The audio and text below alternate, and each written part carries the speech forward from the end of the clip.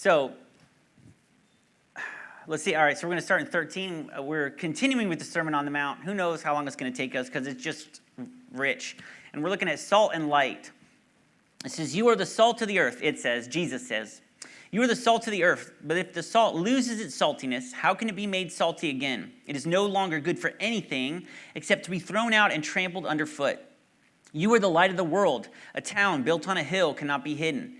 Neither do people light a lamp and put it under a bowl. Instead, they put it on its stand, and it gives light to everyone in the house. In the same way, let your light shine before others, that they may see your good deeds and glorify your Father in heaven.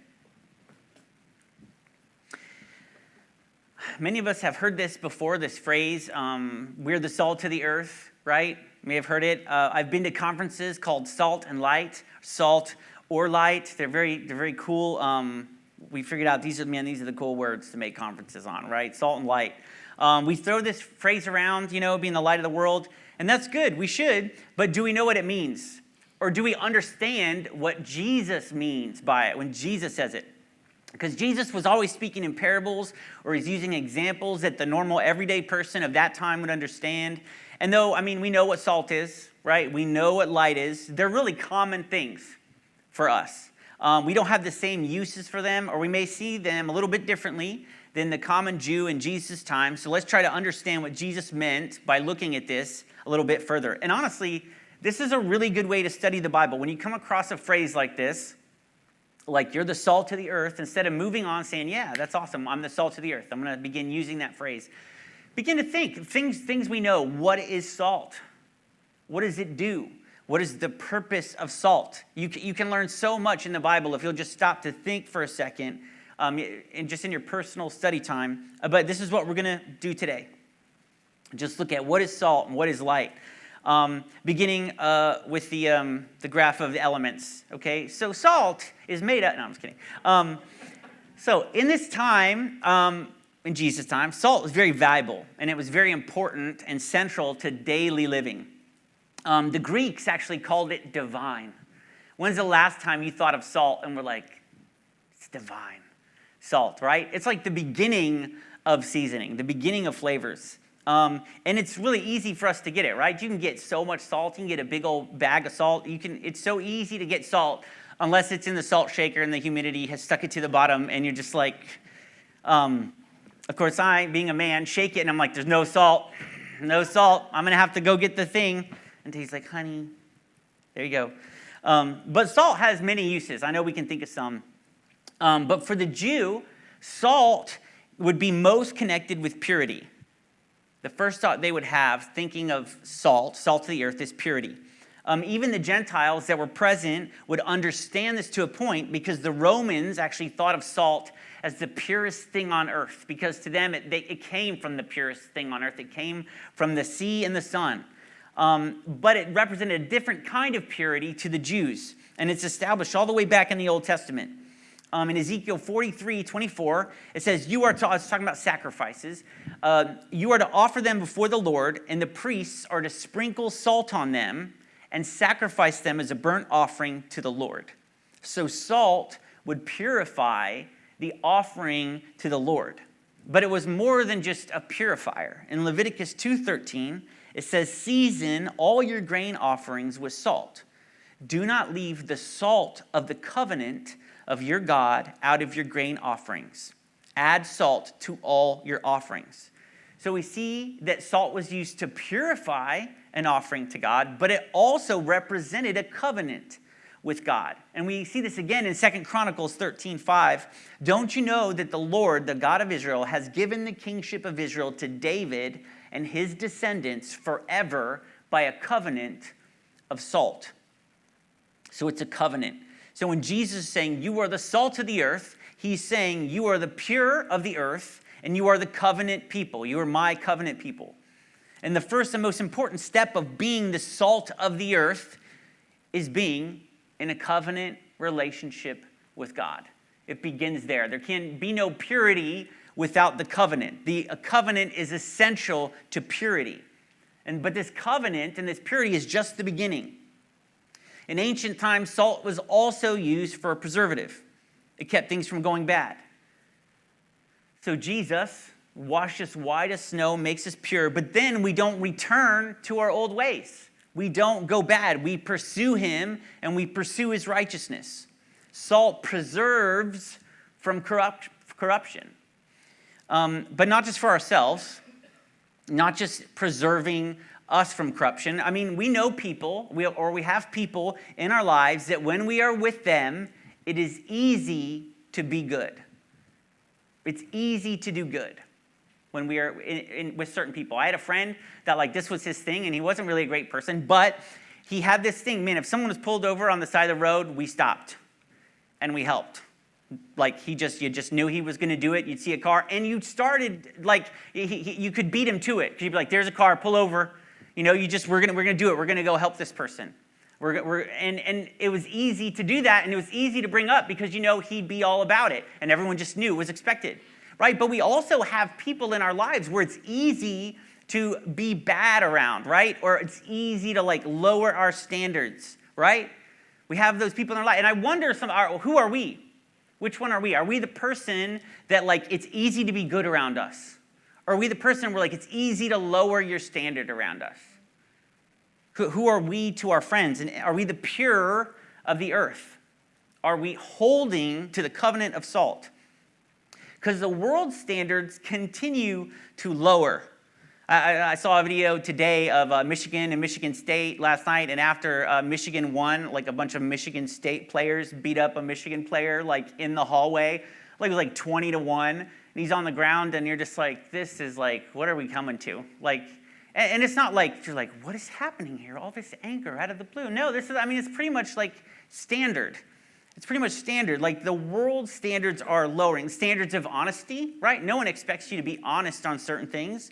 That standards of truth, moral standards, and as the world lowers its standards, what do we do as Christians? Are we lowering our standards with them? Or are our standards still righteousness? When we are being in the world and not of the world, are our standards lowered or raised by who we're around? Because it shouldn't. Our standards shouldn't be lowered or raised by being around someone else. And when someone else is around us, is their standard lowered or raised? Because our standard, if we're following God, is the same as God's standard, and it's immovable. It doesn't change. It never changes. Do we hold to the standard set for us by our God? James says in James 1:26, those who consider themselves religious and yet do not keep a tight rein on their tongues deceive themselves, and their religion is worthless. Religion that God our Father accepts as pure and faultless is this: to look after orphans and widows in their distress, and to keep oneself from being polluted by the world. To keep oneself unstained, in another version, unstained by the world. That is what God sees as pure, keeping oneself unstained by the world and helping others. But salt is more than this. It's more than just a preservative or a purifier or a covenant. It also adds flavor. That's probably the most common one that we knew was coming. It adds flavor to things. Sometimes when I'm eating, I don't know if you guys ever do this, when I'm eating a meal, I'm like wondering like, what would life be like before spices, right? And I always think like, who came up with this stuff, right? Who came up with like, for me, it's like buffalo sauce. How boring was the world without buffalo wings, right? Did they just eat, and what, chicken? Have you ever just had like chicken without anything on it, right? It's like, you're just like, man, I can't even imagine living like that. And every once in a while, right, someone in your household, because this happens, I do it, Daisy does it, but someone in your household buys chips or green beans that are unsalted, have no sodium. And what do? You take a bite of it and you're like, oh, what is this? What is this? And it's like, oh, I accidentally bought unsalted. And you're like, how could you make this mistake? This whole thing is wasted. This money is wasted. I don't even know what we're to do now. We must go to the store and get more, because you can't salt it yourself and make it taste as good, because we're already going to add salt to the salted ones, right? We need that flavor. I remember, I don't know if you guys remember this. You should, but younger people I mention all the time, and they're like, I don't know what you're talking about. But McDonald's for a while, because every once in a while, we're always looking for new ways to be healthy. You know, and corporations are like, we're with you. We've always been with you. We've always wanted to do these things too. And McDonald's was like, man, there's like no sodium thing. And so they were like, we're going to stop salting the fries. Does anyone remember this? When they were going to stop salting the fries, they did. And everyone hated it. Hated it. At first, like, good for McDonald's. And then everyone, like, cried out in one loud voice, united, we would rather die. We would rather die than eat that. I can make those at home. Right? So then they're like, all right. It didn't last very long. They're like, we'll continue to salt the fries because we want salt. We want that flavor. Like, and if we're allowing the salt of the word to seep in, then it should add some flavor to our lives. Flavor to our actions, flavor to our words. Jesus should look really good through us.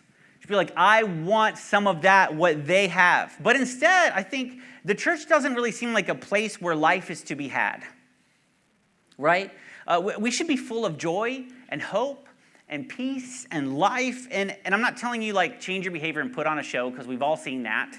We've all seen that. You know, like people that are just like always smiling. And some people are really like that. And some people you're like, I think that person's breaking inside behind that smile. You know? There should be some flavor when the salt of Jesus' word sinks in and sits in the meat. It should just naturally be flavorful. But if there's not, if the word of the Lord isn't coming in and changing us, right? And filling us with joy, hope, peace, and life. If the Holy Spirit isn't filling us with these things, if we lose our saltiness, if we lose our purity, we lose our covenant, we lose our flavor, we become tasteless, and we are not good for anything, Jesus says, except to be thrown out and trampled underfoot. That's what we become good for when we lose our saltiness. And the word used here that's interpreted, loses its flavor or tasteless, is actually a word which is moraino, M-O-R-A-I-N-O, which means to become foolish. Like where we got the word moron, right? So if you lose your saltiness, you become a moron. No, but he said foolish, not moron. But if the salt, he says, if the salt becomes foolish, it becomes useless. The salt becomes foolish, it becomes useless. The salt, we talked about that it purified the sacrifices. It absorbed all the blood from the meat. And so it would become useless because now it has all this blood in it. You can't use it again for sacrifices. You can't use it again for purifying. It can only be used one time. So what they would do with it after it was used, after it had absorbed too much impurity, they would throw it onto the roads, in the walkways to keep vegetation from growing. We still do that now. Like, we don't understand this, but places where it snows, they salt the roads because it kills the ice, but also you salt the roads and it kills vegetation. Nothing can grow there. And so he says, he's literally saying if the salt becomes foolish, then there's no use for it but to be thrown out and trampled upon, like walking on it, on a road. And useless salt, why are they throwing it on the road? To make nothing be able to grow there. Useless salt destroys. It kills life. We are not to become foolish. And there's so many verses about do not become foolish. I'm not going to give you the verses, but I'm just going to quote them. Therefore, do not be foolish. But, what's the opposite of foolishness? Understand what the Lord's will is. The foolish ones took their lamps, but did not take any oil with them. You foolish person, do you want evidence that faith without deeds is useless? Faith without deeds is useless and thrown out and trampled upon. He said to them, how foolish you are and how slow to believe all that the prophets have spoken. The fear of the Lord is the beginning of knowledge, but fools despise wisdom and instruction. Fools despise wisdom and instruction. For the Lord gives wisdom. From his mouth comes knowledge and understanding. But the wisdom that comes from heaven is first of all pure. Then peace-loving, considerate, submissive, full of mercy and good fruit, impartial and sincere.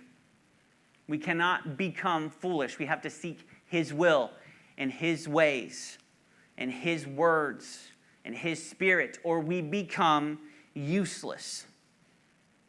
And what happens when you have a bunch of useless Christians? They're destroyed. They destroy all that's good. They destroy the life inside the church. They destroy the life outside the church. The early Christians took this so literally about being trampled upon that if someone was like caught in like some sin and they repented, and and this wasn't like something they like made them do. It's something they wanted to do. They repented. They restored. They would lay in the doorway of the church, and everyone would walk over them inside, and not in a way of just like your filth. They would be like, trample on me, trample on me. And so next week, no, I'm just kidding. No, I'm just kidding. But like they took this seriously. They were like, I don't want to be useless. You know, I don't want to be useless. And so we can't be foolish. We have to seek first his kingdom and his righteousness. And then what? If we seek first his kingdom and his righteousness, then all these things will be added. If we're to be the light of the world, we have to be the salt of the earth. To be the light of the world, we must first be the salt of the earth. And this word that's interpreted earth, salt of the earth, can also actually mean land. And so some people think like, well, maybe it means like salt of the land, like the Holy Land. Like when he's talking to the Jews, we are the salt of the Holy Land. But there's like, this happens in the Bible. He means like one thing and a deeper thing. We cannot be the salt of the earth if we cannot first be salt in the land where our feet are planted. You cannot change the planet if you can't change your city. You can't change the city if you can't change your home. We have to be salt in the land where our feet are planted before we can be salt to the earth. To the one who is faithful with little, much is given. And so if we're to be a light to the world, the light of the world, city on a hill, we have to first be able to give light to everyone in the house.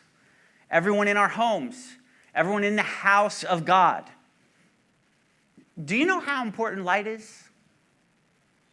It's important. I mean, we have light everywhere. We have such easy access to light, right? Lights shine on roads in the middle of nowhere, right? How much energy is being burned lighting up a road that barely anyone is driving on, right? And that are driving vehicles with lights, right? We carry phones that have lights. Some people, and you know I'm going to go here because this is just who I am, it's what I'm made of. Some people, I've seen ads for lights in the toilet. They're like blue and purple, and they shine in the toilet bowl for people in the middle, because you want to illuminate what's there, right? People are like in the middle of the night, I don't know who this is, maybe it's you, and you're just like, where am I? I wish I had a light illuminating from the bowl. Right? You should look into it. If you're like, this sounds interesting, I want to get it. Right? You can be, Alexa, turn on the toilet bowl. I would do that if other people go in the bathroom. Turn on the toilet bowl light. Strobe function. Right? I mean, back in our day, it was so inconvenient, you had to like clap to get lights. And it was just on or off. Now you can be like, Alexa, dim more. Alexa, a little more light. Alexa, subtitles. Right? I don't have Alexa, but we have something we call Flynn. Flynn, lights on. Flynn, lights off. Flynn, dim. There's not a dimmer on this. You do what I asked you to do. Remove a bulb, right? We have an abundance of light, and it's easy. It's easy to have. They didn't, though. The houses in Israel were very dark. They had one little window that was about 18 inches or smaller. And one lamp that they would use to light the house was like a little bowl with oil in it, and the wick would just float on top of the oil. It's a small source of light, but they would have to keep this lamp burning continuously. If they left the house, they put something over it so it couldn't be seen or wouldn't burn as much, but it continued to burn, because if the light went out, it wasn't even like you couldn't just get a match or a lighter or say, wick relight. It took some time to relight the fire. I remember when I lived in North Carolina, we had a wood-burning stove, and if you ever had a wood-burning stove, it heats very well. The one room that it's in, you're like, I'm dying, and you're far away, and you're just like, I'm freezing, and it was just like the craziest thing. But I was the only one who knew how to light the fire. The girls could have learned, but I could light the fire. So as a teenager without a cell phone, like I would get a call in the middle of winter when I'm out. On a Friday night, hey, the fire went out. And I'd be like, get some blankets. But I'd have to go home and relight this fire. And I kept instilling in my sisters and my mom, like, keep this light going. I've set it up. Just keep it going so that I don't have to come home. I don't want you to be warm. This is very inconvenient. I'm a teenager. I have far less important things to be doing. But it takes time to rekindle a fire. And they had to keep it going because it was the only source of light. It wasn't about heat. It was about light. It was the only light to be had. We have to keep our lights going, and we can't hide them because, guys, it's dark out there. And it's getting darker. And Jesus is the only source of light. He's the light of the world. He lives in us. He shines through us. Does he shine through us?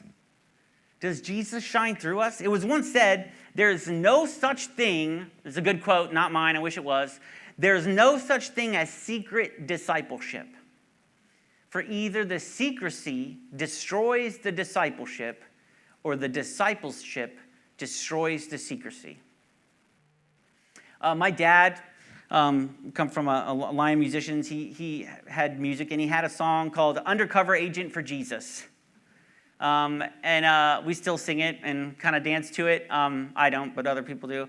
And it's just funny because I do feel like in many ways, Christians now have become, we're undercover agents for Jesus. We're like, yeah, don't tell anybody. Don't blow my cover. I'm trying to work in the lives of others without them really knowing, gaining some information. So one day I can witness to them and I'll have all the information available to me so that I can help them in a quiet, private way. Right? So we can get them over, I'll mic them up, then they become undercover agents for Jesus, right? Show me one undercover agent for Jesus in the Bible. Show me one. Even when they're in Babylon, they're not undercover agents. They stand out. Even in Persia, God shone through them. He shone through his servants.